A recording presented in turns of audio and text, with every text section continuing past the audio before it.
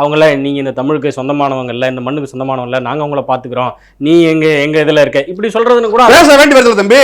அவன் தலையீடு பண்ணுறான், அவன் பேச வேண்டி வருதா இல்லையா? அப்போ உனக்கு தான் இப்போ நம்ம என்ன சொல்கிறோம், 5 வதும் அடிப்பணிவதும் தமிழ் பரம்பரைக்கே இப்படி போகிறோம், நம்ம தலைமையில போயிட்டு இருக்கோம் நம்ம. அப்போ நம்ம அவ்வளோ பெரிய ஒரு வீரம் சார்ந்த ஒரு பிள்ளைங்க, நம்ம அப்போ சாதாரண பிள்ளைங்க. நம்ம நீ யாரு? அவருக்குமே பெருமை இல்லை, வீர வடுகன்னு போட்டிருக்காருல்ல, அவருக்கு பெருமை. மயிர வடுங்க, அவன் வீர வடுங்க.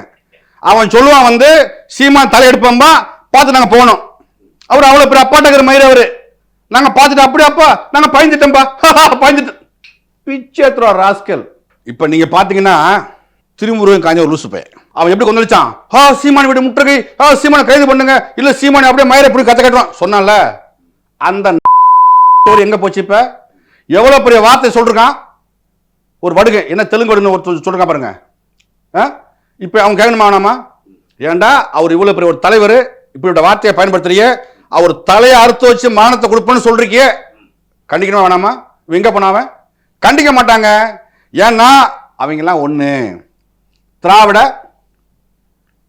சொம்பு